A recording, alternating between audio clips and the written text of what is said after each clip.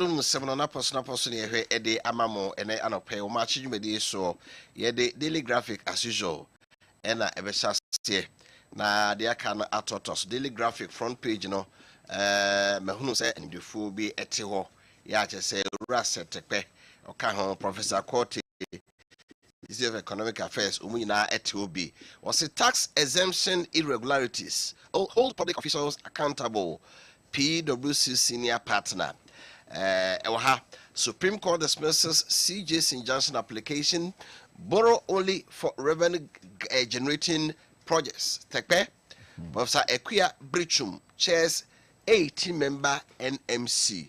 Waiting some more front page. Now, we a bedroom with be a course so one crack home. They say, name the four or my basic assembly, BRH and Adrian, or why we business forum, we financial seminar.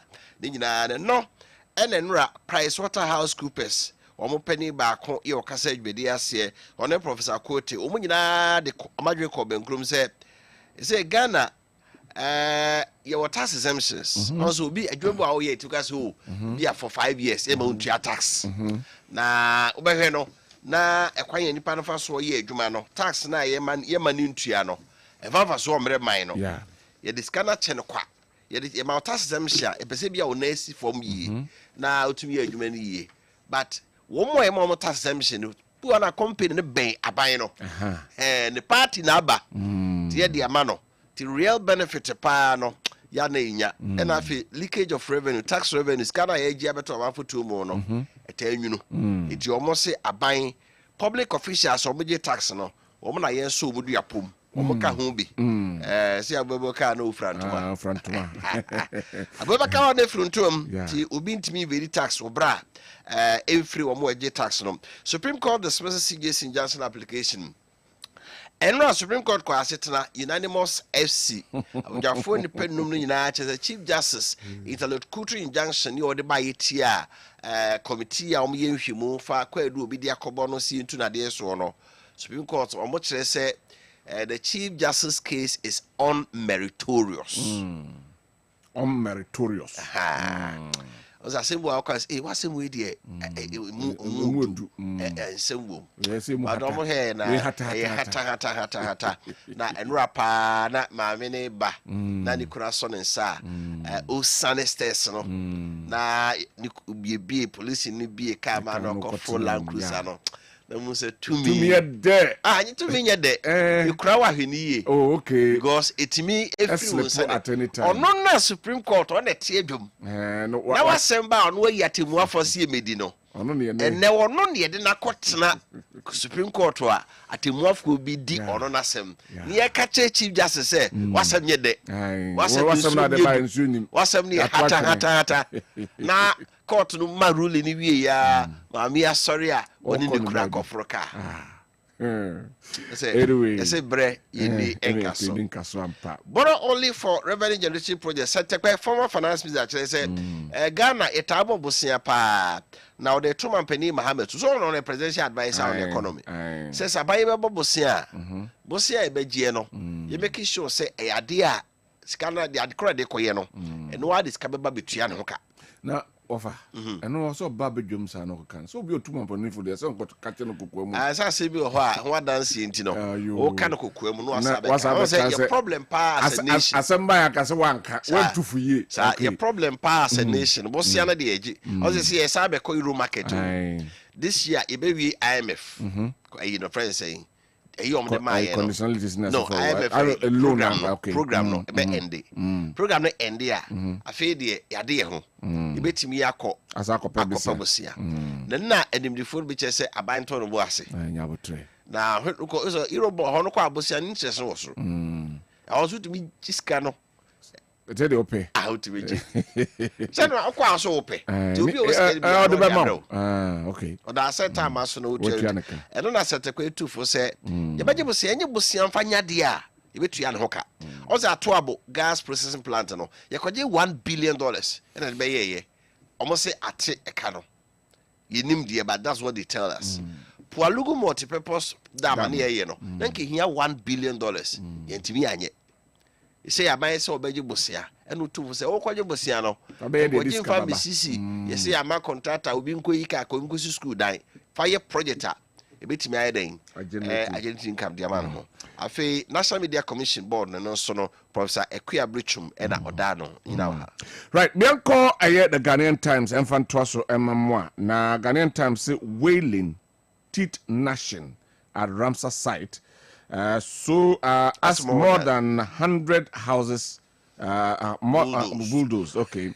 The see one na me video on sa dan esi no sign no money as if na excavator no the national or the one na dwelegu from no attend a boom scapa neso pa mu bunu ho yes more than 100 houses and a nay yedwiri edi agu from you see a bo penufu anya kodro yes ade abaso ade ba ko a Ghana yentimi nyeye no se obi akosi da esi nsuom ba bi eni so osie ne ebebu ntimi nye bi da obakuma ase a ye obabi e da no tumi se ba bi esie no se da no na wo ka no nsuo to a se omo to nyina ko ba bi da na de echi a anya sa de echi o sa de echi nsuo na nyina afafie o a no ma ya de ebeyiri one de se edu so to bre na se 3 months na nsuo no beto a ontimi na afie o nyina tu so zadai no say omanya kokuduru ama wo dan sisubon kan bia no yebu a eyepa right me antoso e ha na yenhwe president received 24-hour economy policy draft voter lake corridors to be major driver. Okay, eno e wo ha no say na cheso mampeni 24-hour economy no de meka ho asama pa no draft o se den saka enei ohwe voter lake no ene ne potem ho no ena beye ebedimu tintamai pa eno awantomamponi emfoni eda hanom Chief Justice Niamano Esogwa Supreme Court dismisses suspended Chief Justice injunction application and also our so true injunction application wrong. Oh, okay. Because injunction is an application. So it's a tautology. Yeah. With the Ghanaian Times almost I'm review. Almost I'm review. My tautology ha. And consider the Supreme Court dismisses Chief Justice injunction. Anyway, reconstitute National Media Commission sworn in. And also Enaka my mere friend say Brichum and also Ensensem no and also our Kratano enemy. Yemfa daily guide and so daily gossip Brian a champion exploratory committee set up. Yoko grants unto bill. CSC dismisses Tokono's injunction. Oh, daily guide here. So the difference. This is the way, the correct way. And then complaint cloud Hajj 2025. 10 arrested in cyber crime crackdown. Rajan Ponia break. Or senior me adma 2028 of pursue DMPP and Imprimam Penega. Inti on also a set up committee friend exploratory committee. Yeah, Omeye Jumamano. Yoko HSH amount to me on money bill. But 50 million Ghana cedis and then it is one. And then right at a lawyer for no penny pa a bit to me a day. Just a kind of 50 million. Just see a discard to also to be quite stressed. Will be a movie account to when I'm with Japadia be a valua. Bedusa. I don't know more pay. I feel a rack to connoisseur in find out and say soon. I know. Yes, I will. Say cyber crime for no penifora be diped do or when you're more and so at your hatch. You say, I feel you see the panel be to me, uncle. For the first time, nipa be 40 or thereabout. Omantimi uncle. All right. And also somewhere. Yeah, for the Chronicle and Twaso and Mamoa MPP presidential primaries. Brian testing the waters. Set up exploratory committee to engage stakeholders. Yeah. Tionoso what to come to how many amount for needing common. Oh, grounds on the ya. Na chese obekwa wako akwa kujirani atuaba amanso metu franka emfama the New Patriotic Party. Tokonus injunction application also a mistake thrown out. And also our Kratano and in Baumia to Yoko won't to miss right must be respected. We the former vice president of Science flag bearer Edema the New Patriotic Party or 2024 election no say yes on Kaso Bidi Bonia monche no na mmom nipa kro no so owo ne fa hodie enti monhwe se montiatia se bi ne fa hodie enso ehon eno eda ayekrata no anim. Yemfa Daily Searchlight and Twaso. Daily Searchlight so edit suspended Chief Justice Egeji Tukununfu Niaba had a on what the total chronicle the no assessment had the on we a picture that also probe against Chief Justice to proceed, says Supreme Court. Metro injunction until Omonko Twaso. Anti-LGBTQ plus bill coming back to Parliament. Babin. Babi and Diabre was a share. What guys have already a chum? Saba. Yeah, Baba Betwaso then. Now, 18 Timum Brano Etia, more Mumba, Mada, Memene, Emema Edano. GJ set June 3 to 5 for vetting of national regional aspirants. Ghana Journalists Association said Chofukuba time or more a baba be impeni for.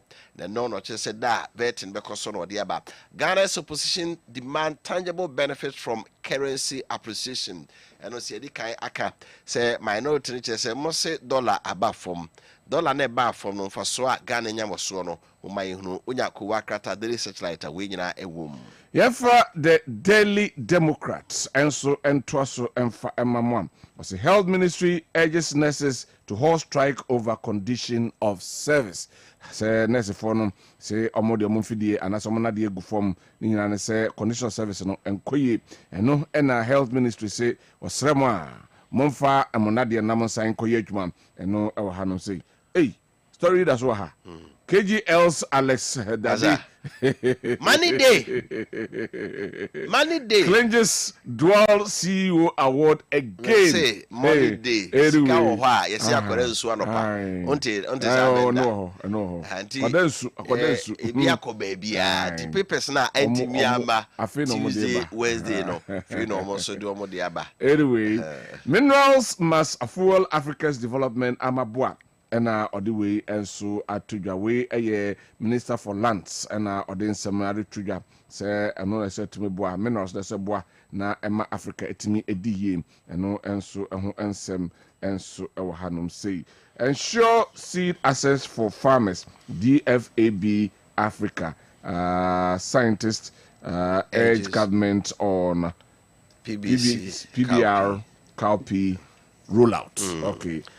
And also our krata no and so and as net so say on bear hanse access to digital innovations na se for ni na beboa e mo dwumadi no and so etin akọ no so e paper no. Okay.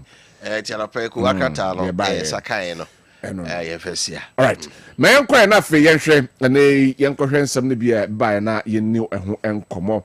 Yekọ na yakọ the Council for the Chief Justice Godfred Yeboah Dami wono ede ensem enso ede atudwa say asa manfo person mo ya na Chief Justice no o say aye mo atete me aye mo mfama konwa na me so mfama say enei wo bia entimi enforce Chief Justice on resign obekoso a na wadi aye the person ye na chi se be an right no ne nsa ebeka me enkonenti Godfred Yeboah Dami ensema ode tudwa.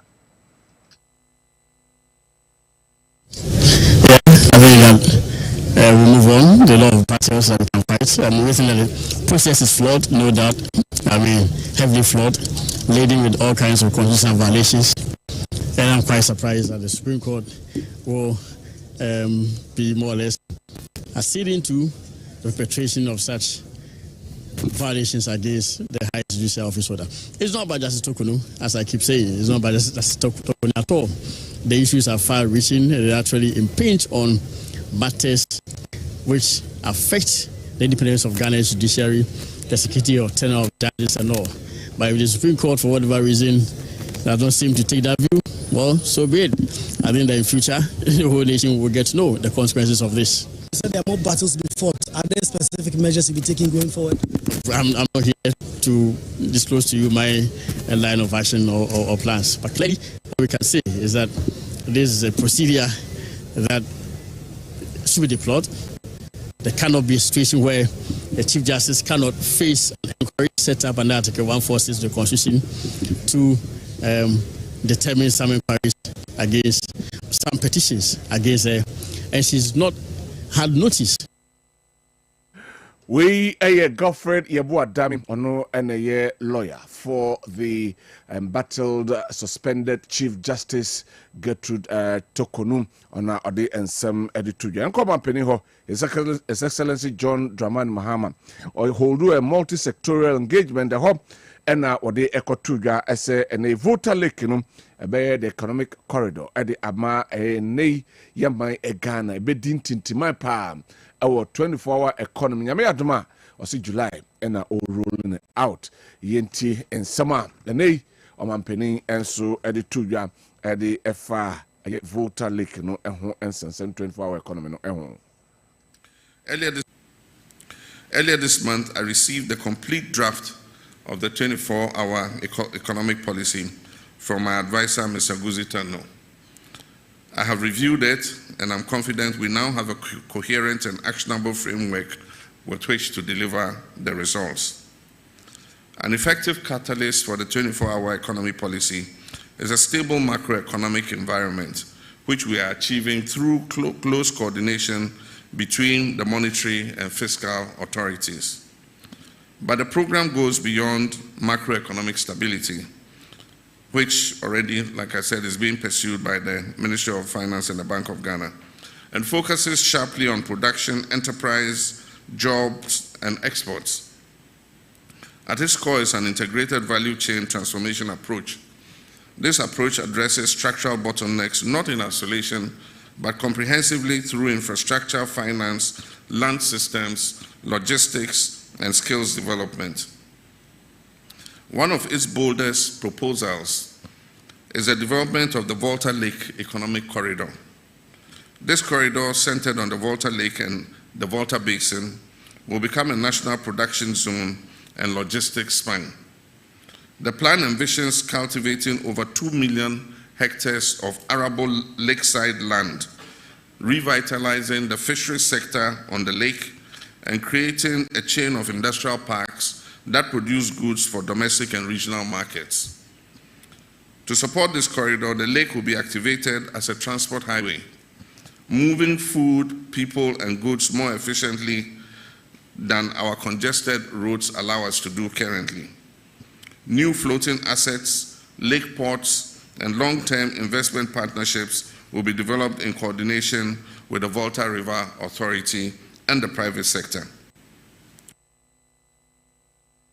We ayo mampeni sama odi tuja enra one penfa hodo be breeding komo na odi sansemi enso etu edwa mienko na afi yenko aye yenra honorable Clement Abapak eho na afi yenhwe ensama odi atu yosin nei aban ebetrete na hemfree SHS no wodi eko edebia koka aye private schools next academic year yenko ne ngoti nsam na wodi etu dwa no ebi enso efa free SHS no eho.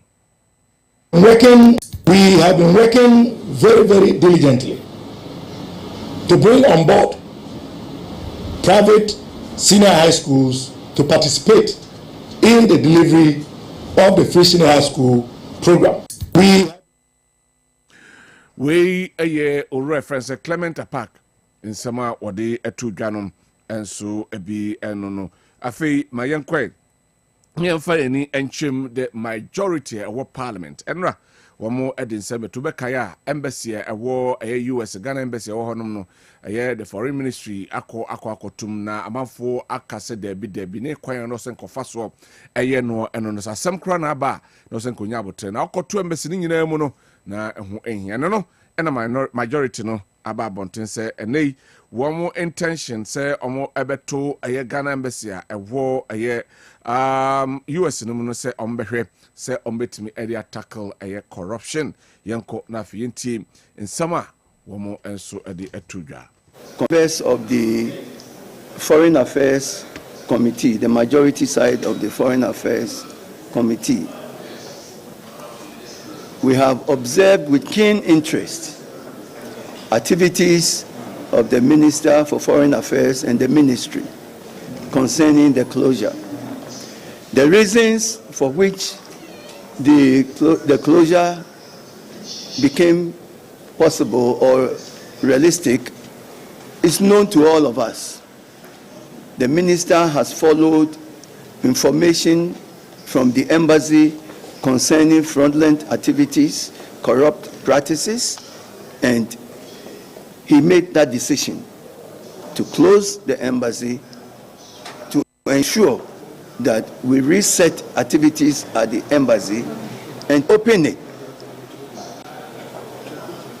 with the agenda to serving the public to the highest professional levels. Given the days that the embassy has been closed, the minister has ensured that all is set for the embassy to reopen to serve the public to the highest standard of satisfaction without the slightest iota of corruption. So we are happy that Thursday, tomorrow, the embassy will reopen to serve the public. It's a good news for all of us. We must not, and I say again, we must not, as Ghanaians, when we see corruption, when we see an act that is against the resetting of this country, that we will condone it. So we support the minister majority for all the action. And Semika Parliament. I'm then semi betu say and the embassy work a US no womo etu mu so betimi asay resetting. Nyame admene na omo esan ebie and ensemi call Honorable Kennedy akompreko Japan kane na oyem rashebejeni edema sin central wono ede ensem de to abekaya womra ye chicheman wuntumi no ore friend say Alex Tete eba bonten beka say and information do na wono ena otimi ede emma aye police fo a womanam so ya omo ekochi aye chairman wuntumi no ena ora Kennedy Japan aba na watiti bi ede ama branche de pa nei yankone ko tiensema ora Kennedy Japan enso ede tuya ye wasan so aba wo ba ye ni nkomo wo se de we dey na wo bi e kwa wo se oda ho hospital ho inti ye nya kwan e wo no no pe ba no se time na pa inti emra between 3 and 4 ena 4 3 pe be you ha ba so so oda ho hospital ho inti e be ko na me friend no pe mo ka so hospital no mo se ho de Emma chance Emma young Queno go baby or that. One young yes, Omo Nabaha, and he decided here, but we are buying what you actually say or her last time. This dinner is not. You should come between 3 and 4. And no, now you be through your castle. You be through your swan. Yes, I catch you say, you know, minimum.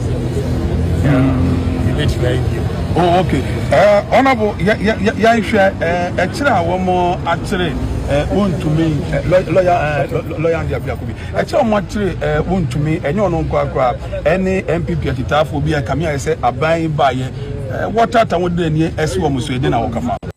You minimum the American he said minimum Intia Ida NDC at Tata minimum.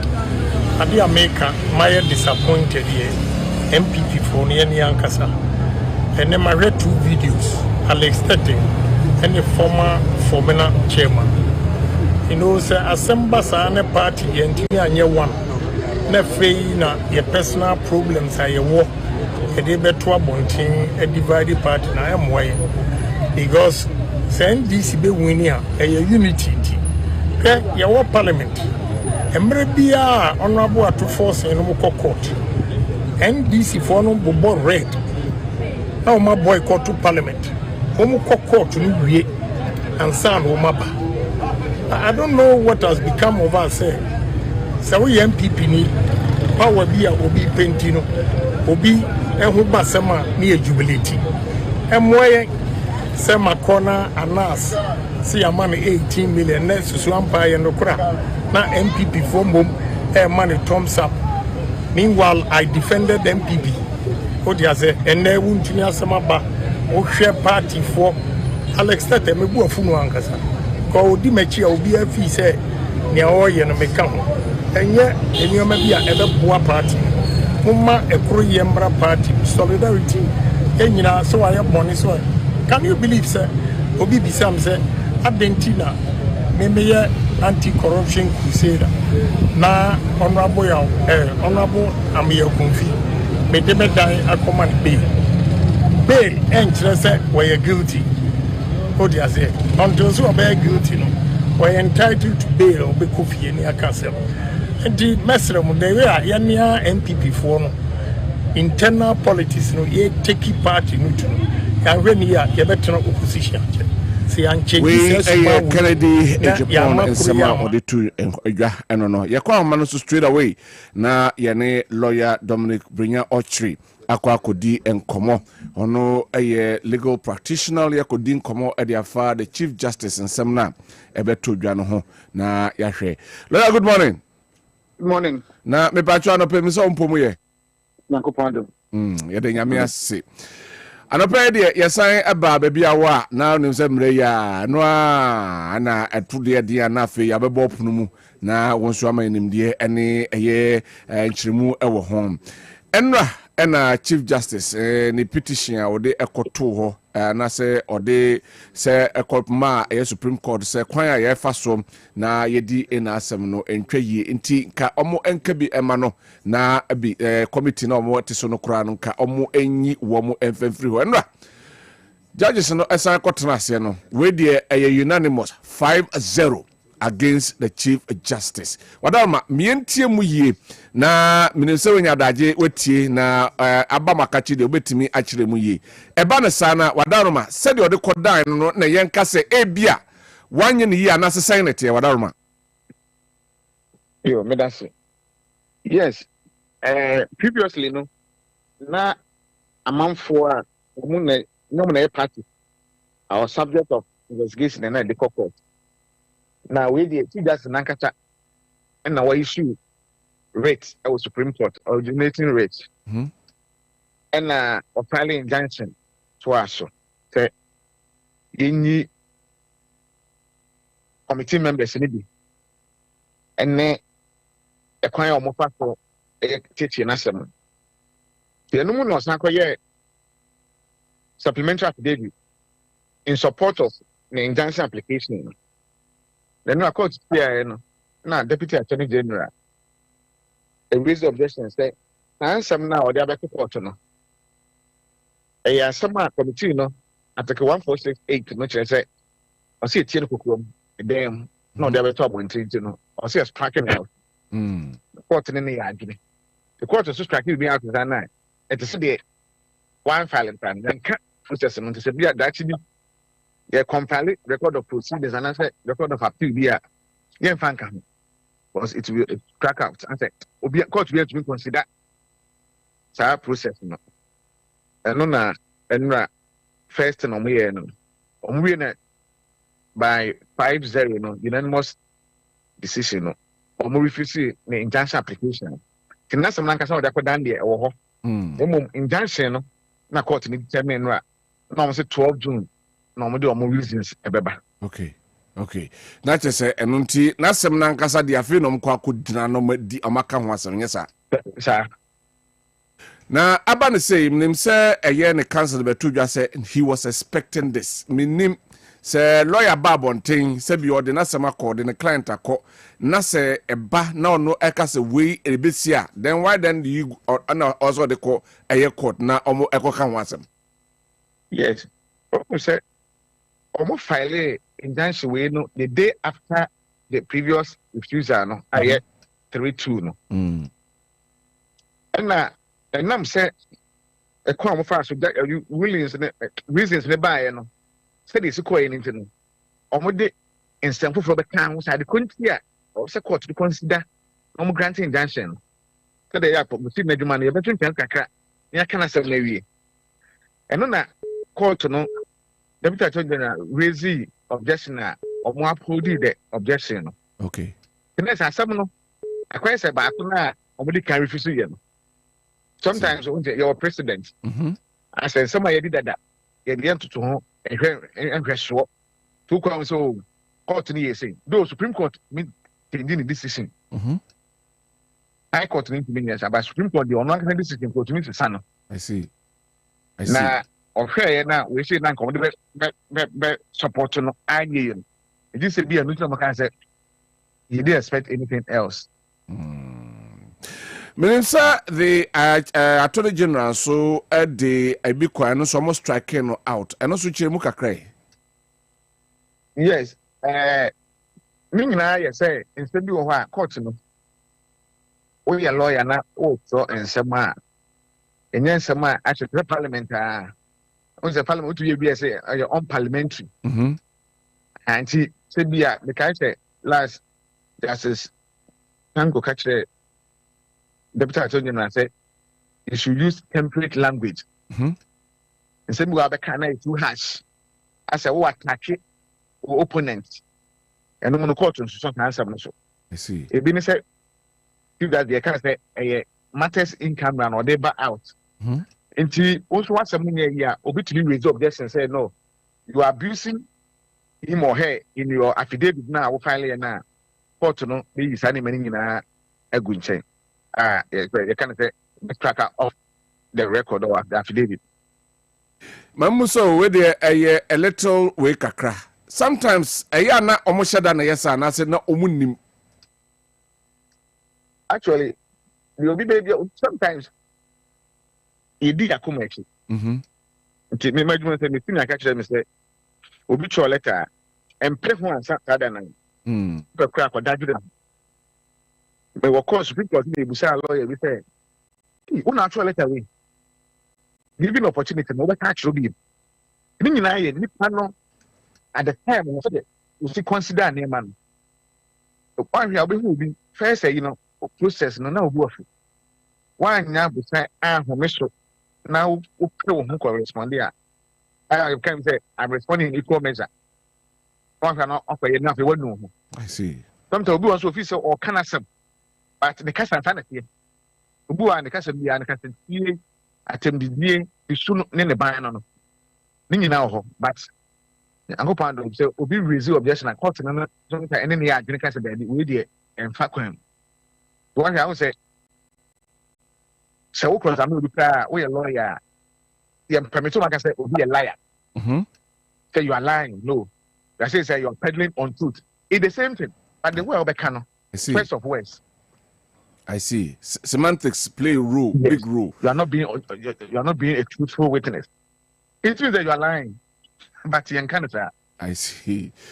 What has happened, meaning that baby Chief Justice Erezi, the suspended Chief Justice Erezi say intimidation as if for now and nay or dear one some cotuin or my bogu and not say I feel no better as some no casaso. And no the end of bogu na and no they do and February many courts in argument. Okay. So you can say as because of Article 1468 and say in camera the common coincidence. The press will be concurrent only to me so back on by the ama. Yeah, restore the rights. So, and the second question, so here's that aspect in camera because it's just a committee. The Supreme Court is the highest adjudicating body of the land. Okay, it's a team that will be a copy. Into the only piano, come on to go through it. And no, and a year may I report, I say, daddy. Say, or no poetry that's not to me, finance on that Supreme Court in that. Me kwajo brinyana atamkomi a me de bakwa hen. I see. Right. Obani we de yebeda wase na yada wase bo nchiremu a wo de amaye no enso ehu. Nyame adom na se bibi esa kire yadwen yebesan yaba na oni yen edi nkomo. Ma me fa we ntwa to. E ma ni je say se Supreme Court no say ye ma judgment na unanimous a ye nto omudini. Oh, okay. Di ajutum. Uno mo nyadru kwa ye di o matem. I see. Ye kwa ye nim. I see. But that's if you lawyer. That's we a lawyer Dominic Brenya Ochre and Otese Yanino AD and Komo. Over. Yanko Jasuma, we are now the audio atato na Mesmo was some kakrebika. They say lawyer Kwabena entry. Na Oha. Ebedin Komo. Yanko Jasuma over. Right.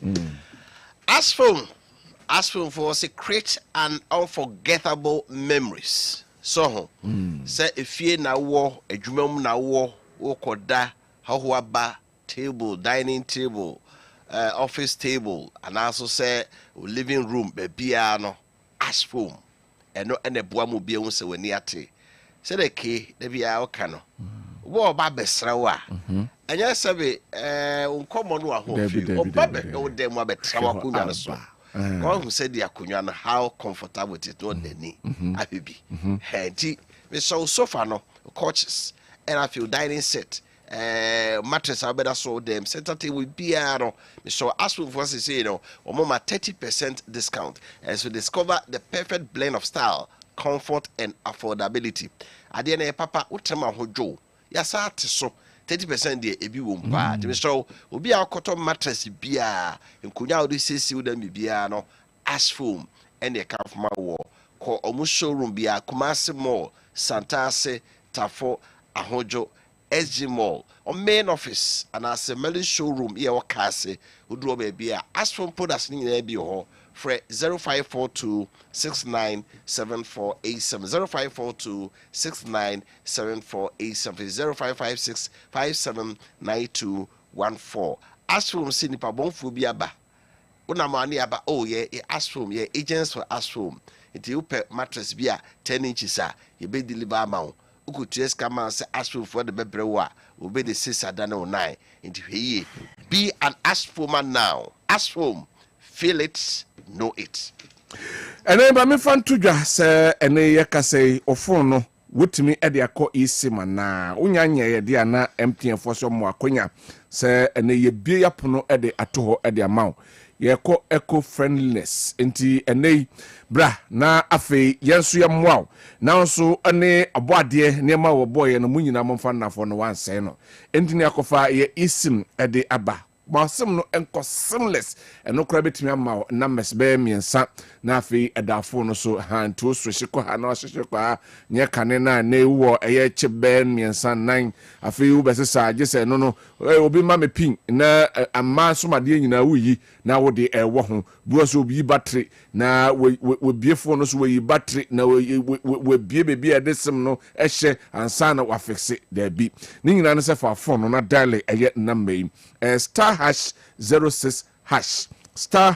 *#06# na check is of phone a qualify say etimi echo eye isim na say seamless na wakoma MTN app no so 10 no so na fi wakwa akodi eye process na chi na so phone no etimi akọ eye isim ya isim ni bi e de atoso so pe mu nchemu bia omo from ewo 100 and I say koye digital channel no so na eni enkomo.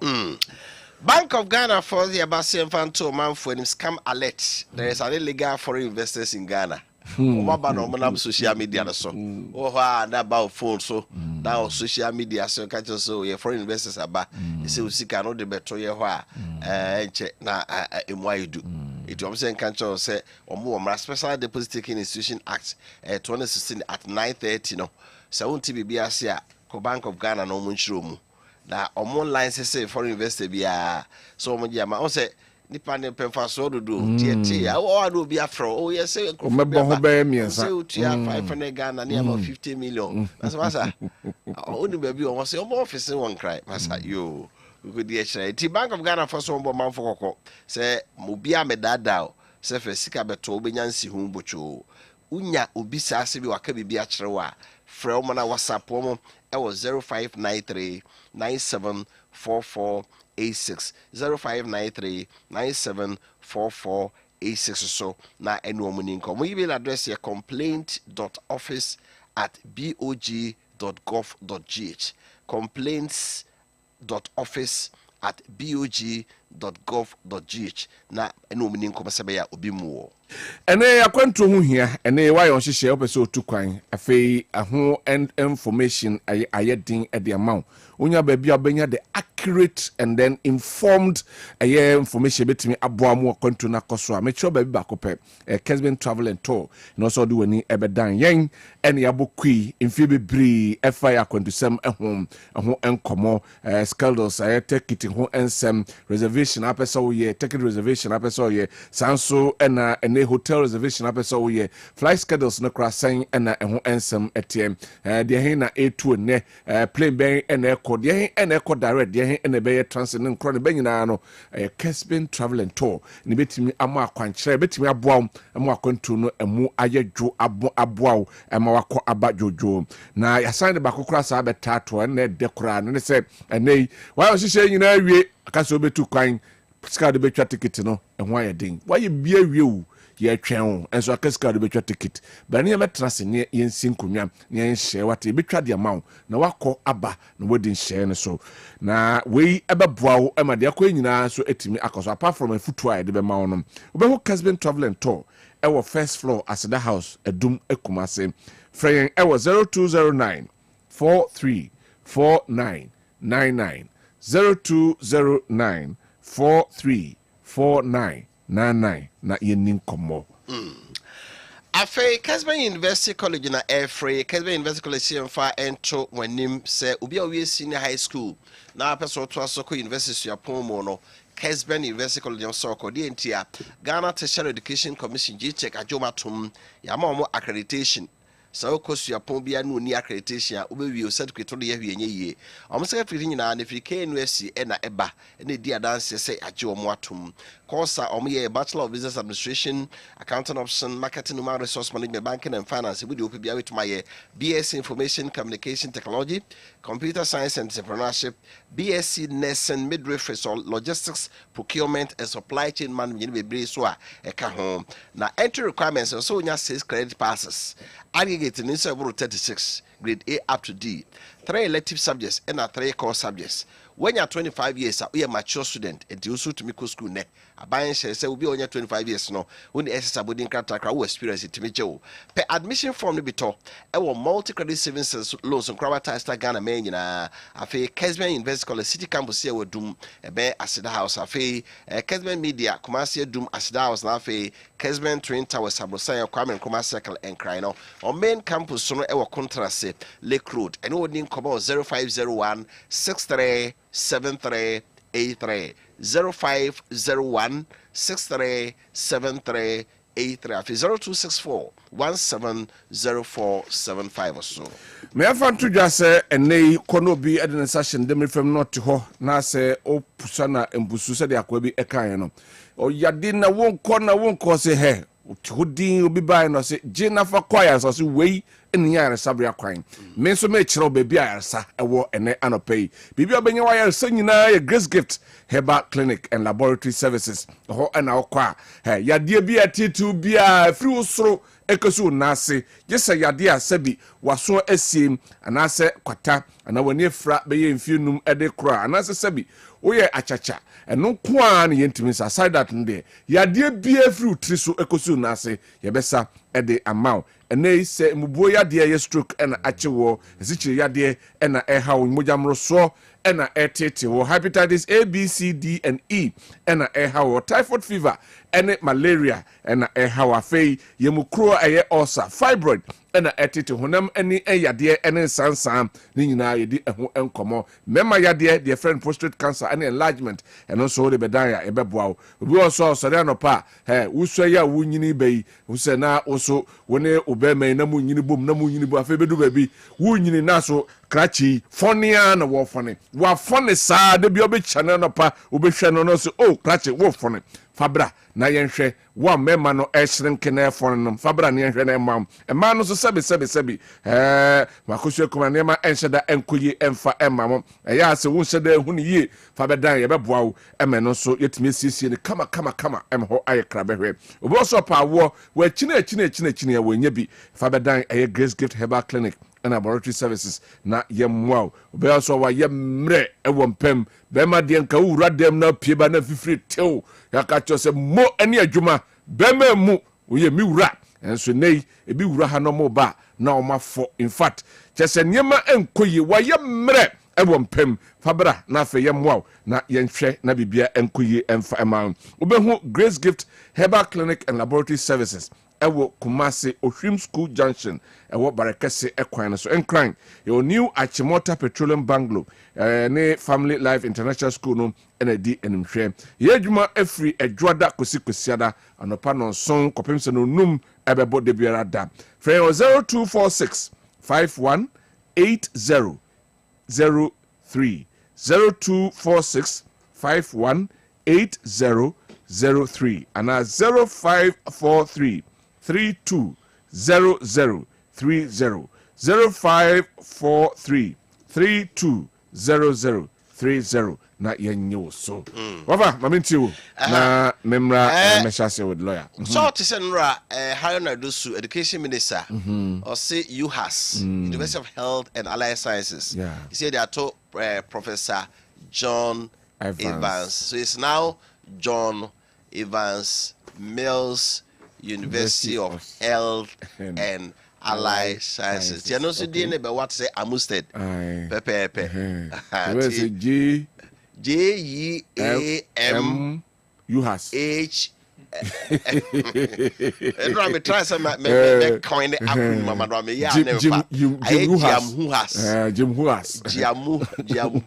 Jamuhas. Anyway, my Supreme Court. Now, bring your can say me, you know. I did kind say Supreme Court on Chief Justice in the year. Say or the buyer say, Hadia in camera here, Yano Kukuomo, the same of course Kukuomo, or Becana. Many lawyer yarding. Okay. Yes, see, Adia in camera. The honor ye Miami Conwa, Minya di Mammy Mameka. It's a constitution, no. Debut. Dear Koso Honor, me drew honor, ya Jimmy phone, ya Jimmy tablet, ya search me. But petitioners Susu Remoa, on be brave crammy. And Supreme Court says the woman has no right to come and talk about it. See in camera. I know na Mahama Yaragako Kai say, ye. No, but you went to me in camera and say, ye be our own count. Okay. Lawyer, say, maybe I chutum, maybe out the prison. That was it for me, now, Okasimbi. Now, you were made to say it under duress. Uba quarter, Otimbe deny say, at the end of manka. I'm the force mammy kind. That evidence cannot be accepted. Okay. So resist house objection now. Judge no a court chambers. Your friend of Woody, a mini trial within the trial. Now I call candy on me year or honor or damn ho. 7 years no the end of the MP. It my member kind come to me a court. No one could see what house was subjected to that at the end of most of the ye. But to throw it away, say, Oko honor. So Drew was said your bar. Maybe be a year walk around ya. And that's what I want to. You can't come and say it in Supreme Court. No one yarding. Anyway. Second one, a hot year, many Supreme Court yarding. Say by many percent can day here and near day. Eba bedroom. Constitution say your farmer bedroom. Constitution now can say a war Chief Justice no quentiu. Or said that hearing no should be held in camera. Also, there be a your miracle free Whistleblowers Act. What's the meaning of Whistleblowers Act? Say obi hu se bibi koso na nya obi yasu o me abansu tri now say informant to tell you ne to a ya na onamo a amafo hwe no mienu akwa we ne kodi nkonkonsa no sa hearing no camera in camera hearing no enya wo no a wanya asem no nko a na protect wo ye de ba di pakro mo de ko ni nyina so so so nyina be gina no me dey it is protect both sides. So, the horror de media mean who said what the Supreme Court said is the law is the law. All right. But said your call no more, yes, subjecting to near maybe a enya, would you say is against her fundamental human rights? No, now Supreme Court say, who be the coso, a kukum honor sunti, yin to mudia, and no, they should come again. My member, me main, maybe yes, is here. Madam, so I already project a letter, no, MIA. A rabbano so a doctor now. You're appointed as a board member for National Health Insurance Authority. I feel you could remove here. Say we need certificate to be only running you. Over no comment. Running you. No comment. It's a man for post no crowd, maybe no kwaji. Until I'm saying no comment, no. Me person me comment. Say I more be the status. na yentimi anye background check bia hunu say because position bi edema wo no wo so beti usibi so nim say wo so beti usibi wo do usibi ko na ye de ama national security for aye background check ehunu say ehimfa na wo school ye be trace bibia na crowd ye wo pade no anya din wo boy ya school crowd boy ba pa ye send call ya na ba say uber school ha they say now start here they say now we here course we now we here. It took Katachi free fact to come on social media to prove say Rabano say geriatrics be no or ye home care me hwan kokra ne merewei enna da bia stethoscope da ne kom wonim so ye program wo yi so a doctor o ye gina san yema we so amawuraba we post say won koye board member of National Health Insurance Authority okwa ko si medical dental council anyway ani sansa dali ansana enura na letter ba say yeriboku na appointment on 23rd. The letter was received on 26th. 27th they inaugurate National Insurance Board no we no ne niema sa wo be ye mampani na woni loyalists ni pa atwa ho ahia on be boa mo aye adwuma yi a da bia wo sabe se wo kai se mampani dada nanado I was misled so kai I was misled yes bia nie so wo ye president wo ahwe yi a on say ye hu nipa bebre o appointment by chiri ruboku ye yeah green letter na ba say yama an appointment no or ha na I think so obi babontin because omomwa mampani no one of the minority people someone because nye ne mani nyina ena obehu eno ekọ emma ese egu nanim ase someone antena se na manhwe nsem no mu amwa na the president will have to appoint about 7,000 people so bebre ho no kra amafo atwa gum yeah, I say, your mampeni ni home say, Yamu be letter, and so appointment, no. Nina no onim background. A people's recommendation. But more na mo come mampeni ho, executive secretary, the chief of staff, the deputy, and no more ka ho no. More na national security apparatus no semu nsemu a obehunu say nipa no say efata so otumi ye adwuma no. It's not embarrassing. Say ye de nipa say din beto say we board member of first osi medical dental cancer name ansan ya ba be revoke say ya fe de agye fi nsem. Anyway, but I say wafa ofiapia ana wote nenkano just briefly on a year MPP and Kennedy Japan about bonting abetubi ediama Alex Tete and I think say you see a fear ekutiano hono and I say a fear emwachiche no entimi enyina ti say MPP for no so many abre pass on pepawa obi nka say obi di bone a menko yi asotre na mo memejira petemu nka say me na mekoye yan kasansem no we don't do that until say nipa eni ben na pese se chama wuntumi de hwewo ena party mu for no eni ben on be de hwewo so ukoyi ade kwa na oboa mama na tumpon kra don't come out boastfully David ba sam na wo kan so no twa ha o me kan sa this guy obeka so no kochire ma wontumi no so kai MPP for primary so no can the Japan crop for so there almost yes of course nti nyina aka ho all these things eka ho bi ena ma sanse mu me nti party for na omo na ton mo nsem ma bonten na amanfo asom na omo de awoso agoro mo be ba beka you say bobochichi free so ase be ka cho se denche ma wu a ono na te ho ono ani ni pa ba no be ka cho se asoma city say obenten say we aye say a primaries bi asa o ka kobra Dr. Kwabena do for ne Mahama ensem bebre wonyan so yan kra ya no kakra nkra ma no kakra because masnas no mo na mo de ma eye mo opponents no mo de awo mo so ya o munye papa ayo na anono de we de ya o nipa so de papa nipa so de den ya fonso o say ye won fonso bi e woni pa bia ho ba fonso no bi ho a wote a asefem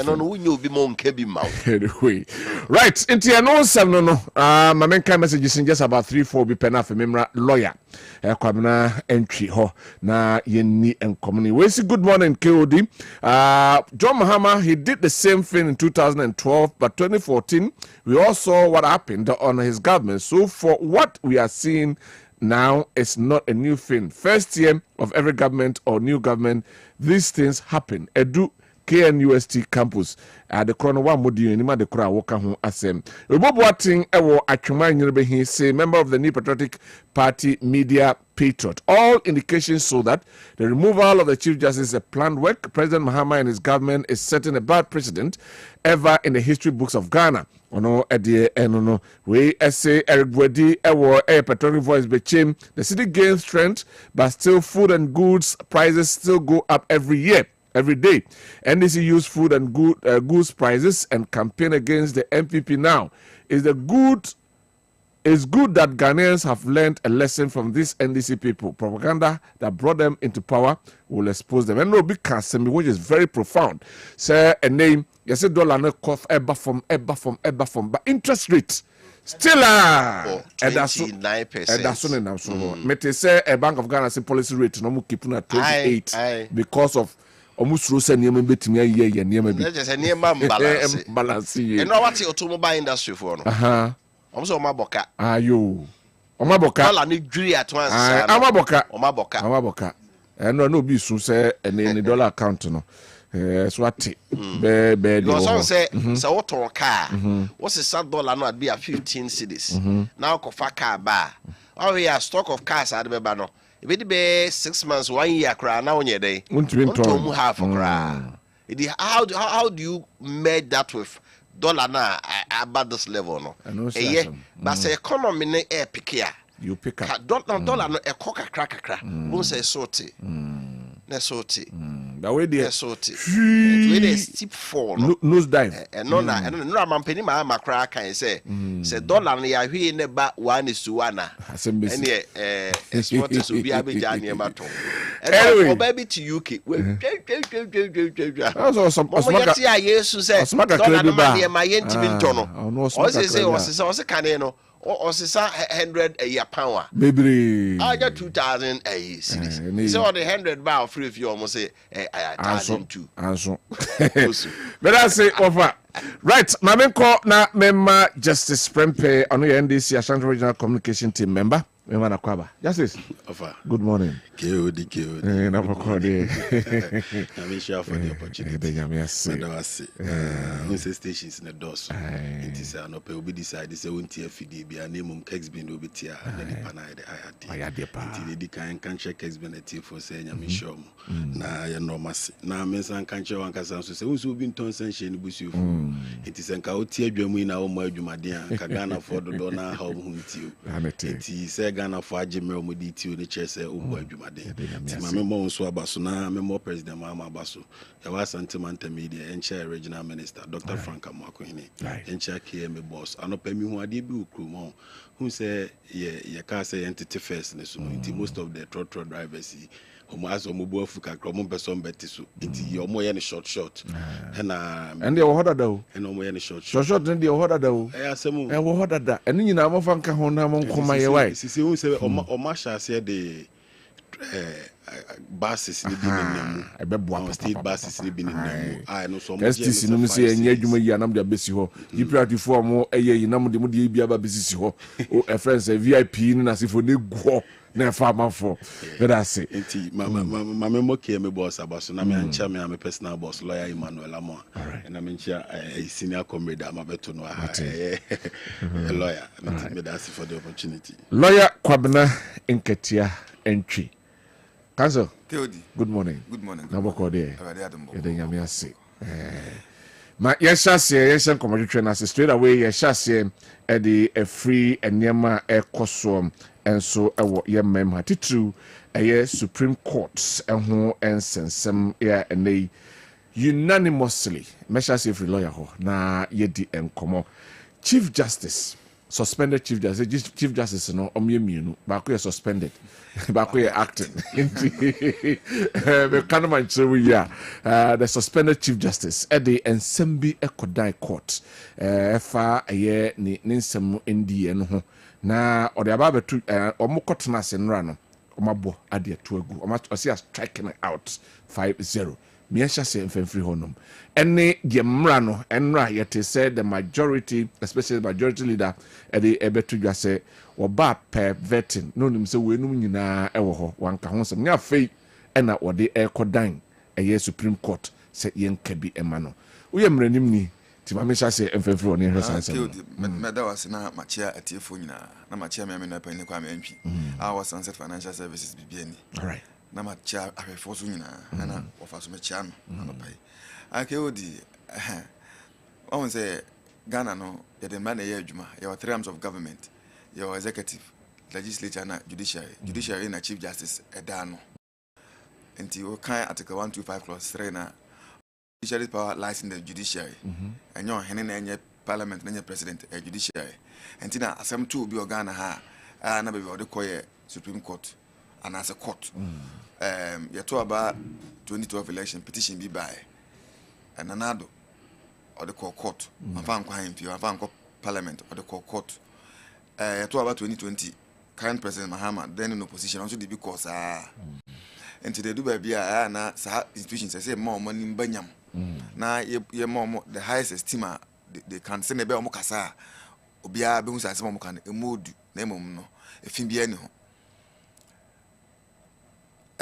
you talk about 2016 NPP better I akonya so no and this is for no take posture be Ghana as a Supreme Court in there has been packed by NPP loyalists and you know you're saying na ya D4 omuka kan ya ma be do as a man for trim forgetting say after 2020 elections no and this is for the case koi I think after the Supreme Court because say omukro because omu nyina so and so court now nim so nyina so now kono asem no 7-0 and 5-0 ba number be blame han me atok Supreme Court ni di unanimous FC and e kan ya o e asem kwanya nko na wadi kaka so ye kwa be unanimous ombe na unanimous omba so say kan say then people bought into the idea so and this is for no point but omko Supreme Court na say and people for na go ho nti na omoye ye nyoma bi sometimes so na mami say some of the cases we are not on no ya appointed no running up to the elections no President Mahama Beka say oba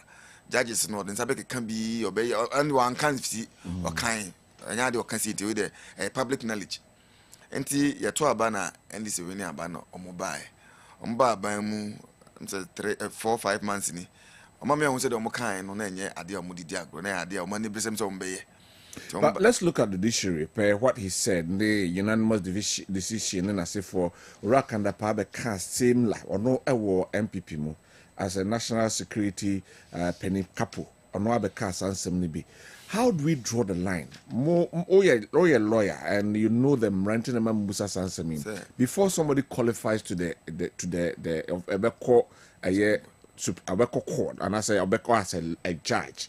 No we are balancing the human aspect of the person and so ti the man penika say ebia ensem ni bia no mo ka omudie no ebia akoye unanimous ebia omuhu a yesi yedi asem na yentimi nka ba ya ka wie dia yebetimi aka ho ensem ti omo hwesa ne ma we nyina no mo ka is it not in the right direction obetimi a reset the judiciary in line with the constitution yedi adwuma no KOD ansana yebefa as judge kra na Supreme Court as ordinary circuit court district court judge kra no you do so like because we are sieved you hear no ma be high integrity high moral character and no ma be near ansana ya for judge and to be rise here to the Supreme Court KOD and easy but the fact is that judges no Moses here no Supreme Court judges Moses here no obi atoaba obi on the party meaning say be o mom I swing voters there I don't know but I'm fan say nipa no or party A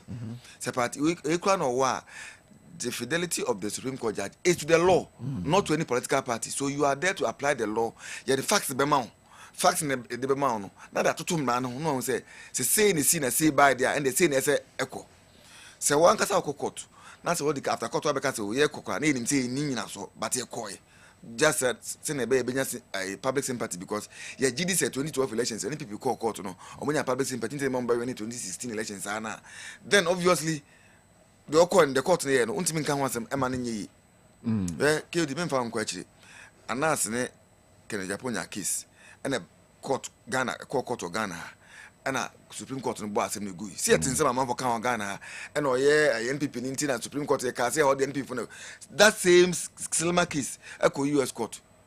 And never go see. And also make unanimous FC and NPP judges. So the law, as CJ assessment, the law is the law. Your fidelity is to the law, not to any political party. We can say no, we can have discussions after the judgment. But in a court, Dankwa and I can't call them where we. That is why if you don't understand any ruling, you have the right under the constitution to seek review. Okay. What I say? Okay. And see a court now asem to a because NDC Akobi, NPP Akobi. Near Bani be book out an tia and away they say any balance way. See now court in the now 5 in Naka NDC and I say Chief Justice not money then. And so I can say unanimous FC said more kind biana. Yendi the judges not them said maybe a term, I'm maybe a term more inana. Sometimes I soon can be because answer about Supreme Court judge. It's not easy. Internet said any nipa who be an court and say a Supreme Court judge. Show more mutimi copy court name. Nanado, no Mahama Monomoko. And yet, it's not that like mere appointment. And son of Beffa says Supreme Court judge. And I'm because so you be deceived. Be BSA or character, maybe all free. You better not be Branson or Wako could do. And Sandy Pan could do so. That is why under the Constitution you have the right to appeal. But public commentary, sometimes even learned people passing some judgments about the court and other things. But now we buy S50 on there. Why are those people? I see. And I didn't announce the court now. You can't say I can the appoint them. No, because say there. They are all quiet. Why? Is it because of their interest or what? It is a child money, that's some of the things we should eschew. As soon as we free abrabum, because as a Canadian, one can see he was awarded some charges, and then actually, and more about Bonten say Omati a year charges. So, and I'm a boy. Say USD, no, say USD. I say not ruling the Bakudi can buy. So mama has $80 million. Yet in some about a cost of Sanson America. Okay. And I judges no more Ghana, no Magiska, and I become a Japan chain, and then they announced your mountain in account been to no more Yanisa, and Sembri. But as a similar case went to the US court, I'm got $8 million. Or we send them the man. After the announcement, the catcher is Africa, then yet. I scanned in the justice na open.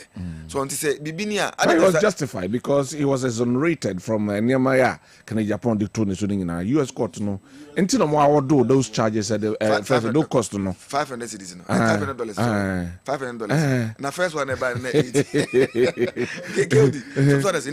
Make a consignment and say I insist say law no. Lawyers interpreting the law sometimes it's not easy. So a lot of factors.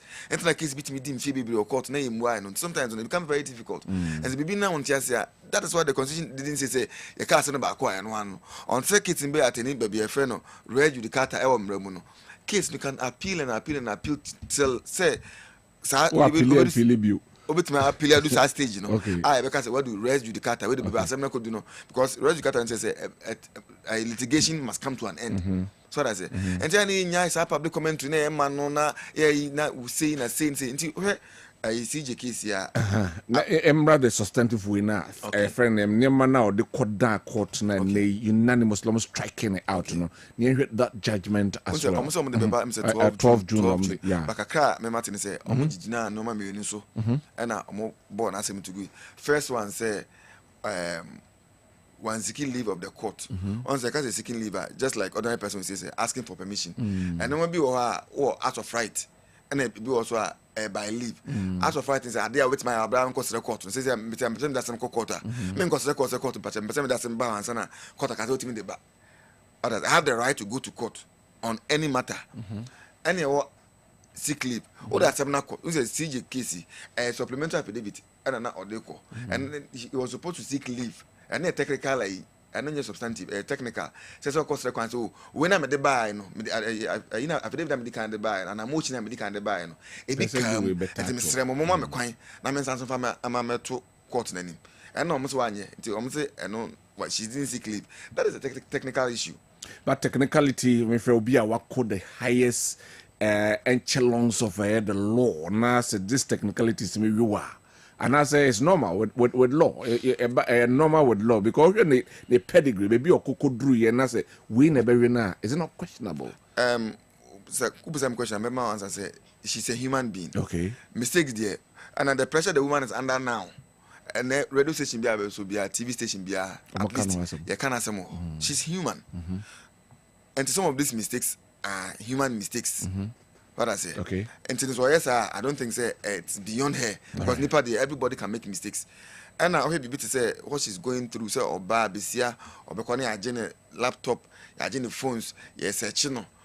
Even I am Ramukrano, so I search or bar, I saw or bar and search or bar. You need no searching or. But Obano Beka, I say, I didn't in camera, Manenka. All these things can affect her. All right. Her thinking and everything. To me, some of these things, I think, say, a human. Right. That's why I think, the Supreme Court should have looked at the merits of the case. Nanka move the technicalities into check a crank a bebwa. But my lawyer, somebody more, yes, sir. Would carry technicalities, no. I didn't end tomb.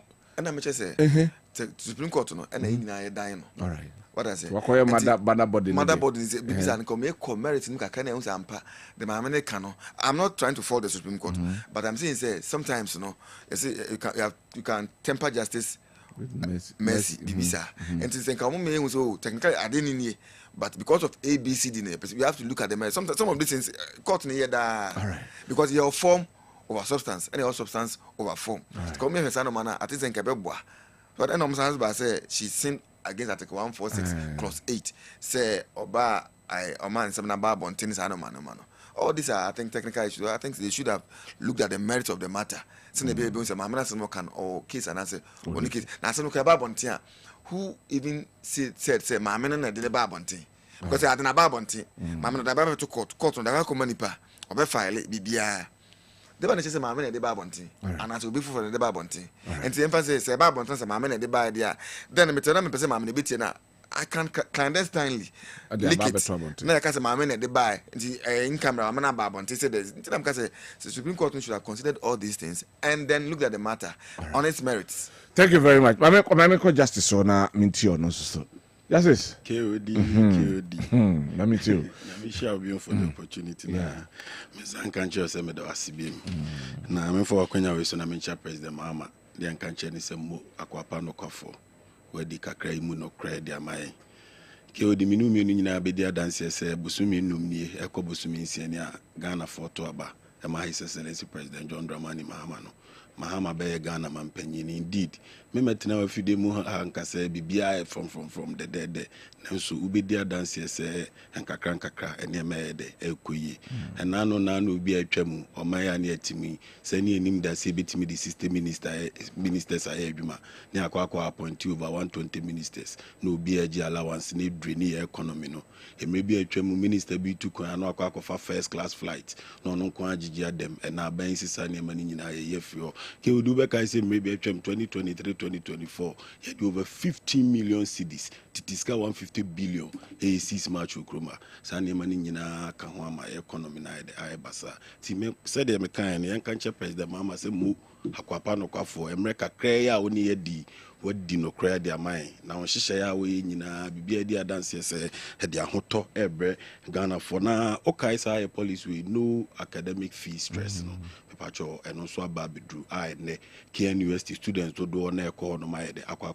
registration nti ma me fasa akonya we so na memo president mama baso na me kanche all first year students obia all level 100 eso onko register na ban ni nyini school fees ni nyede imfi honom na mfa ho hare emre Ghana for na me konsem so no who say penifo say asem ani adanse na ya na etwa asem ni bi hu asem ni bi na de adanse ike odu kai mama bi a friend Loretta Lamte so kai so no extract boss o kai say MPP Penny Richard Nuama and the petition come President Mahama he say mama na ye niam bi a emwa iti President Mahama nyini fio me ba chokai so say President Mahama gina article 146 na so yini fio very good na see 19th of May and President Mahama appointed mama bi Dr. Anisali had in the core NHI board and will be a private person at Shokata the Command University, John Hopkins University.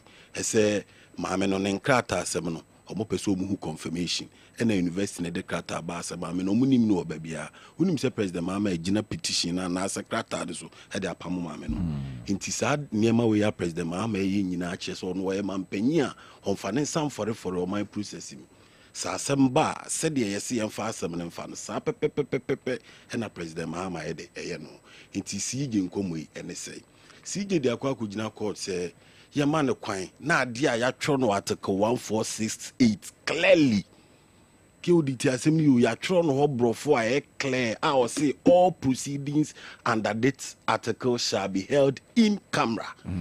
So will be original because in something you beto dwa de dwa they all say piemu bia aba or say or sign one right say constitution so freedom of friends and me right I have my right as well until depending on another aspect of the constitution and no argue football kaka me papa good unse kotokone has beboba na me metimi asori near the referee ba me metimi asori aka say referee no ba me mpɛ no was me kotokona we has and na kotokone has bebobo near the referee and what authority or kotokoma na has how we authority in kotoko and I'm small authority in has near the referee abeginem so me di minu match my wo betimi asori aka say referee no mpɛ no oh betimi asori aka say referee no mpɛ no na emom se ma mo kwan se obi an keka sa anye yes say na ball no ke moda because me hu say team no ebia na ho den bro me de so a me pɛ kwan bia an ka me fa so a me de meka say any ball no kra referee ti emmo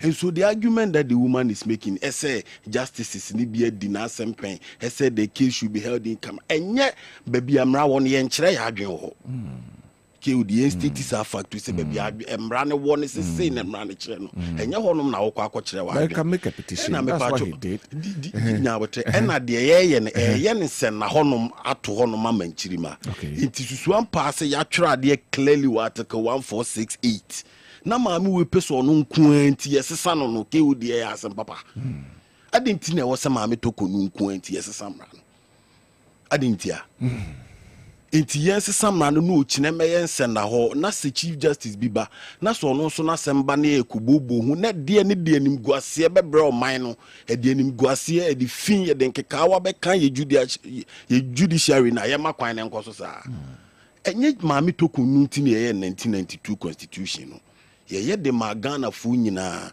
he na de ba kwa wo se maame ne ti ase ne se de owura mahama yarega kan no se de wo ba beji office no wo fa amra kwan so no saa na wo so hu se ye betimi afa amra kwan so de aide AUF ho enti maame nkomo ya odi nyina na me pese enu anko kokot no okoko che se article wei emra wei president mahama ne NDC for anase petitioners na aide abuso nanka Ghana ya man kwa kora manankasa asem so asem no se de abaka ho no ensem fatakra se ba technicalities de ye fi no enti wankasa na hu se na me akasa so me se hu ni se maami asa wa shada person or frustrating proceedings samum because you see emra na che clearly say yemfa mra ABCD so we see moti amra e so moti amra b so moti amra c so enti process na me ma na nkoso untimi nkyere mra bia aban na na se president na buso we ya no akwakofa we na odi aba bebom we ya no akwakofa we afekura do se mani kunu ne mani nyina amra met how is this relevant to the process?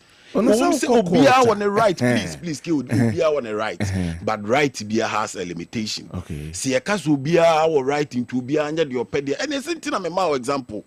Says a me no be bobo and I no be kobo boxing. Na me any pana ho de bro me dia so. Na my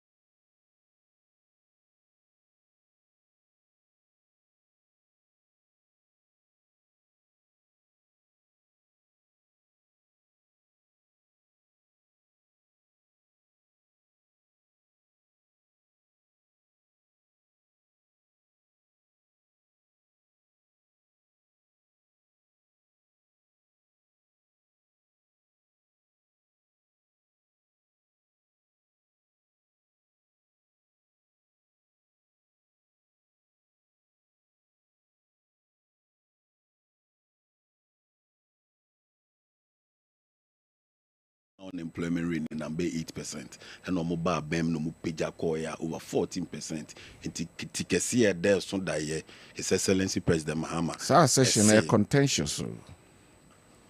By interest, that is not the case we're discussing because we are not discussing that one. But because Ghana employment rate, friends say in a way, no age, it's not as more calculated. You let's let's move on because it's a fact. In his president last State of the Nation address, he said it emphatically. Say unemployment rate is about 14%. So that is the fact. But you see, KOD before so bit me around here 24-hour economy. The first thing you must do is to what? Stabilize your currency. So for the 3-4 months, you see they stabilize. So sikano I did all my name nankasa. Said the beya ujadinino and as a businessman, Ubenya kukudro no there any plans. Yem funny says metia me produce yem fancy me pure water. Sachet water na me produce ukruma. Me no nyina be dia dance sachet water no ensuo no omo field testing na ma bibro omo de ye no omo de omo kokokra. It is a me businessman na me pese me run it 24 hours. E wo se me nya raw materials and I say we se me nya products bebre me de be madwuma. It is a city no and I say me sika no amede ye adwuma no enyina faako na ekosei no china abase ya mean to mean plan ahead na my head makokra ne maba. Because me a businessman me the $1,000 na me yi 10,000 Ghana cedis na me nya $1,000 no china me kona gise me the 13,000 cedis na kokonya $1,000 na me business na ntimi nya de enyina it is the first foundation na NDC aban ye so obehwe ye social contract with the people the first 120 days na ye stating categorically clear say first 120 days na ye be appoint a team how mo be draw all the plan I de be implement policy ye the guzitano area guzitano na ye de eto anu ti area guzitano head in the report I de aba it is say city na ye timi stabilizing on asset the motion a proper form ho nyina say foundation nyina ya to awie a project na say 24-hour economy policy ni betimi ade abaso President Mahama si ubetimi aye 24-hour economy factories and as companies e be running all of them will use raw materials. It is a Ghana hana pese oye nkati paste. Ghana hana pese oye brew company. O pese oye bibia. Hefa na okofa raw materials na se niema o de be products na hefa na okofa free. And nothing President Mahama si emfa Lake voter no. You over 2 million hectares of land wo. I bit media ye efu yantam. Self yantam na ye no nim dwuma ba bedi. He ba be serve as raw materials. Said the bear companies or mobile penny, say or mobile 24 hours. No, and ya fee and no moody sick cry in your near free baby. Kill Dubeka say, I buy a chemi, omco crab brew, omco sre brew, if we a Cote d'Ivoire last year or so. Yet your mind gun and move. Na brew keke and cut ye keke, see a Burkina Faso and a cocosre. It is President Mahama idea and say, ye me as I never be the old kruma. It me as a young tamana and no and the bear started the engine. It is Obekaya President Mahama and Peninu see Commander Sugar Factory. Now the main challenge. And they say he find the benya shede near the Ababe Power Sugar Factory no. Into where the President Mahama see before see a best start here enroll at the no crown. Well Lake Volta no. How Lake Volta is very suitable for agriculture because ensure order that. Into assassinate the air resource. It way I dream palm if we say Ghana for do under the entire President Mahama. Half you was say your business be one more finances and I say sikasem and I almost am kesi into a muntimi run 24 hours. Into ye banks BS when Robo Mudi. It says open run 24 hours. Now your business man now or money more. Oko banks you are ya babo besaka kra. Now the idea what the ababe show you money. No for Ghana for mebunu. Nen no metimi ayede ababe ye adwuma. Into Ghana for ya tiasem de 24-hour economy now President Mahama ni NDC ebo ho dawura no ene de hababe duru iti de mesega na ni bia ni so bia sha semfa na honya de anyim se ofi se oti around Lake Voter ho no wani giafu ye ho a start na kokope wasanse President Krasa kan bibia na me de o se land banks unso obi ono mo a wo agric hunim de pa na so efu ye hunim de na so asase we how the Okwakoye Nejuman or buy so no one can say Babelezi with some of your handful no near G and Sass in the ego Tiso Trimupo. Ese wo no betimi adua no ba dia power company bia ma na run 24 hours ya haban be boa na so ai de wanyansa ase no enti we ni hihye ya president Mahama bo ho dawura yeso ya twa fufu ama na tonkwa mu ti Ghana for the message sisi obi afa ne ho nyim said the encophobic say wo paper so no sisi de abafom abaye reality president has started by July. You'll be rolling it out. And also already there was no allocation for the 24-hour economy in the budget. No allocation. Yes, that's funds. But also rolling out in July. Oh. Who say you can be about say you can agriculture one and 2 you can be about the big push. Okay. Okay, I say big push now aside say specifically for infrastructure no infrastructure say be ready to produce mostly near be venture in. All right. Very good. Okay. Agriculture sector agene there big push here they be power companies so agene there companies banks so are ready be provide soft loans to them companies so and also are ready me pa what I say it so because specifically anka say ye ba be just carry the 24 hours no nim the can now see assign ye bibi in our budget he say ye ba be check textbooks I'm a students. Sa textbooks near pa beche me pacho ebe kwa kokra. Ye fa ne say ye empower ye Ghana publishing company. No twa books we ni a chama Ghana school for nko. Who fi say moy. Na no bi na meti say abranti because ye say ye sanitary pass ne kwa kokra na abakruma. One tia say my minister ne kan. O say most of them will be purchased locally. Purchased or produced? Purchased or produced any of them but the bottom there's line a difference between purchase and produce. Obi wa ba ko kraba no wa beton ha. Anase kwa ko fa from ne ne dia ba. Ye be ye no okrum ha ya. O kan sa dia. Enti dem pese me kan say sa niema na e hihye aban ne budget ni mu nyina already kick off for the 24-hour economy. All right. And I want say Ministry of Foreign Affairs Yuru Kujeto and so kwa starting on headquarters ya. Or more 24-hour economy ni. All right. That's it. La. Cool. 24-hour economy na intimidation as a reality. I okuja to still say or that's what minister. I'm sure that's what minister. Encore baby. Okay. Are they? How they fancy. So on share bo. Say I president Bana say I omofa private jet obe resign. Saturday na no ko close to embassy na US no.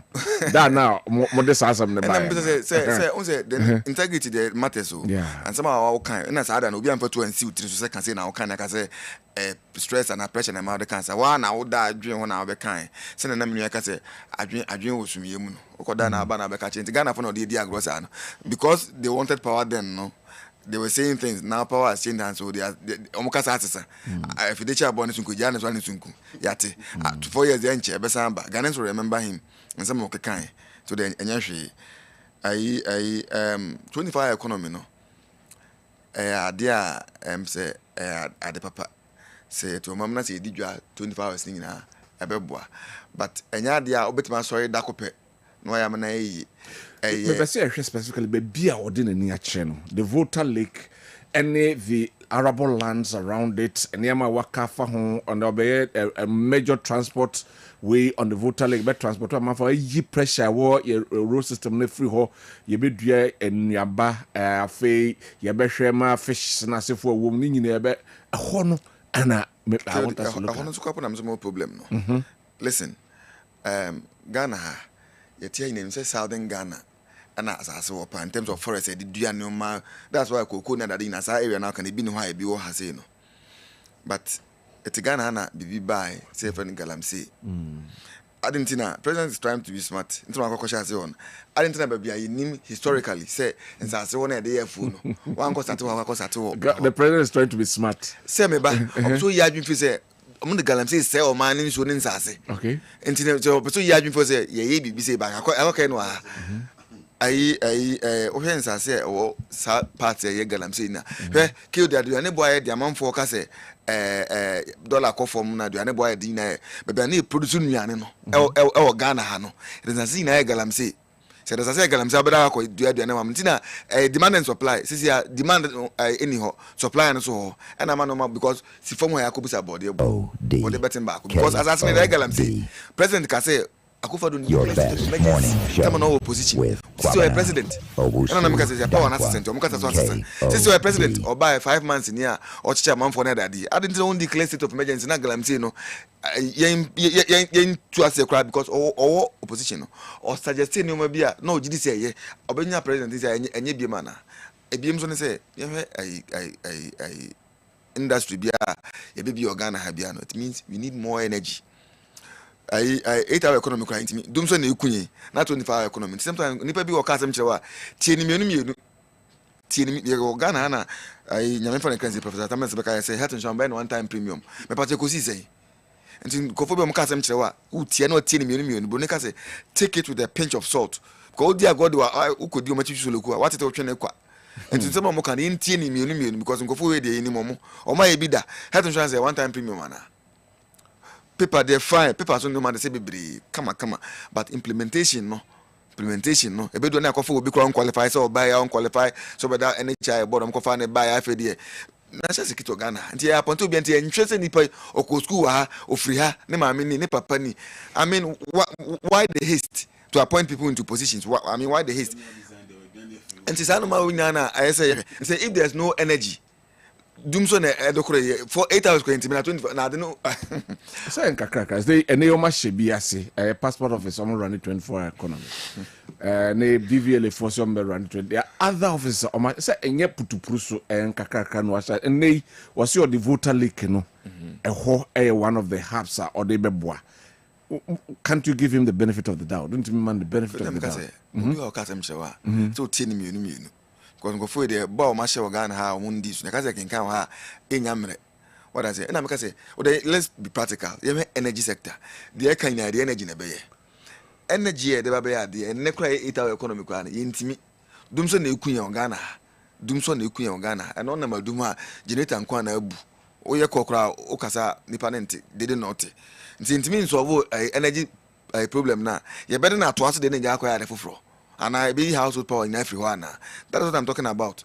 What I say. So because on beya, you didn't pay about how much ye Ghana for. Ghana ye be boy na. But I didn't if you one and suddenly I could two. You put that is why I commend Sugar Factory. No, there were no raw materials to feed the industry. And yeah white elephant. What I say. You work wala onum nsuo nko now I what to I warrior no atutu no anante afi na okwa America okay the work hospital na oba wo ne na dem kana hospital da ba be shiawa ko din ka onwa ni nya akwara no so everything is step by step one at a time ye the way beba ne the way aba ye the way beba ne the aba na office people ko say emoja na eba so I'm be ya well you hear in pa boss ta o machi all right Meba na mabe rapport up haba my family last set of the messages. I'll come back to justice na ya rapport up ewa hanum say the last set essays suspended CJ must seek International Court of Justice since unanimous FC wants her position Agbeto Menyo from Prince okay ono edie enonom we essay KOD.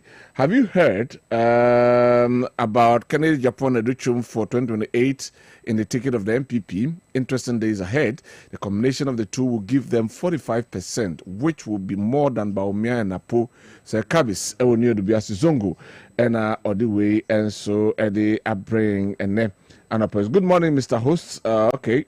My name is Frank. Okay, that one has been read. Frank from Akim Kede. Please ask the Catholic priest who hit the streets during an Ado administration, asking him to declare a state of emergency on Galamsey to advise the President Mahama to stop the Rambo arrest and fix the country and Galamsey. All right. And also, Edian, good morning, KOD and Ofa. Data prices are, they be out the bow. I say I'm kind from Senate West District, precisely Bantama. NDC members are flexing muscles with all kinds of political arrest. 4 years is not far. We calculated it 1,460 days. In a can we say, Abaya Debo Techino, And just remember that every action has a consequence. You won't be in power forever. When you are no longer in charge, accountability will visit your doorsteps. Okay. And also, Edian Abbas Amogobo, our offense say, Chairman Wontumi should stay in forever in Yoroko so that he has no time to think about all the people he has poisoned with dangerous chemicals and with the illegal mining in water bodies and destruction of our forest. Anyone trying to protect Wontumi should be given the river water that Wontumi mined in to drink at home with his family, if they feel he's so innocent. In fact, why not let him enjoy the same water while in custody, since he sees nothing wrong with the water and what he has destroyed for the last 8 years? Yes, we're drinking today. But until the rules and the mrana wagana habeka se nukre the okani onukreno, we can't see that is it. Be a banner wrap up our justice. Finally, my name the obeka in about a minute or two. Yeah. We a Business Financial Times for report. Almost farmers surrender cocoa farms for Galamsey, October 10, 2022. Hey, over my time. And a cocoa farmers cocoa at the dollars bag Ghana, manful chaguye, at the Galamsey, Obabeka Galamsey. For the first time in the history of Ghana, Lands and Natural Resources Minister under the MPP was no Kasane party chairman Galamsey to Munguno, but Abujinapo or NDC. Abujinapo or NDC. Only the Kanka is a chairman to me say and sassy. It is a whole cow be our say and sassy or Ghana padia, and a moment before NDC for. Oka Commander Sugar Factory 8 years NEC factory ni si obet na went me and you are there and produce factory no because I white elephant abramudi me and check me boss Kinzuba me can change say nyamisha no na me cha lawyer Emmanuel finally na me can never discuss I arrest na ekokoso na Rainbow Star no but them say MP mo hanti minim say the best that for because na me person me can want some kakra but baby I do them say time no aye kakra. All right, but that's it. Thank you very much. You ready? Over. Yeah, need see. Yeah, see the amigo birthday back na yefa entraso so ana happy birthday sonko and aminua kwakudua kwakudua santi dwaben oye dwa wa asafo fitem ode ma kwakudua me am kwakudua kwakudua okay ne ma samodi afodwo okay samodi rati kama pa samodi afodwo ne na odati we through my papa kwakudua o ma me mata and on my home behalf ne kodi Sammy, I wish you all the best. Right. Happy birthday. We say happy birthday and come out a fair berry. On your special day, I wish you more blessings, favor, and happiness. You deserve all the best that life has to offer. May the Almighty God lift you extremely higher and grant you all your heart desires. Have a good one from Pages. Kessben Media, and I see and can't just happy birthday or say any meet or JHS Pages. I don't know. Happy birthday, Uncle Emma or Ponchecheku Ebefa. May the good Lord continue to protect you from the eyes of the evil and guide your steps into greatness. Amen. And also Pages Korea. And Odiwe Abrain. We say happy birthday, Enko Emfa Emma Cindy Echama from Uko School St. Lawrence Academy Achuma Ekropong. From your parents, Abena from Poma, aka Sister Charity, and the entire family. Also, may God richly bless you. Na chese and also the Abba Abetuja. I think I have about 1 or 2 bisu hanuma. Memfa and also and soso Emfa and Mamam. We a mia minya bema bako what tamale. The picture me nyam fan mo fan cheme ma me fan tudwa say Nasif ewo tamale or a broadcaster ewo tamale me call tamale on the boa me pa me interview so how do be bra me call on the boa Nasif ene ewa woda happy birthday enko emfa emma Nasif nyame enhraw ene anope over there si nyame adomo chena be san yaba na yabe to so sabre de se julaka any the sports crew ebe toasona afei omo e the midfield action no aba be toaso ama medin e de Kwabena owusu Dankwa wote wofa Kofi Apia enka sanso na wote lawyer Kwabena enketia ono so eba eye Kwabena enketia ntwi ogina mu di nkomo no ebi sanso na Justice Prempe oko NDC communication team no ka malameja ena hwedwumedia ene anopei ya de ebrem nyame adma ochena ade achia ebese hia na nwumrei hia wofa Kofi Apia na onfa eye da punch dwumedie no Embro. Yakramo. Bye-bye. We'll be right back. Gotta pay some bills.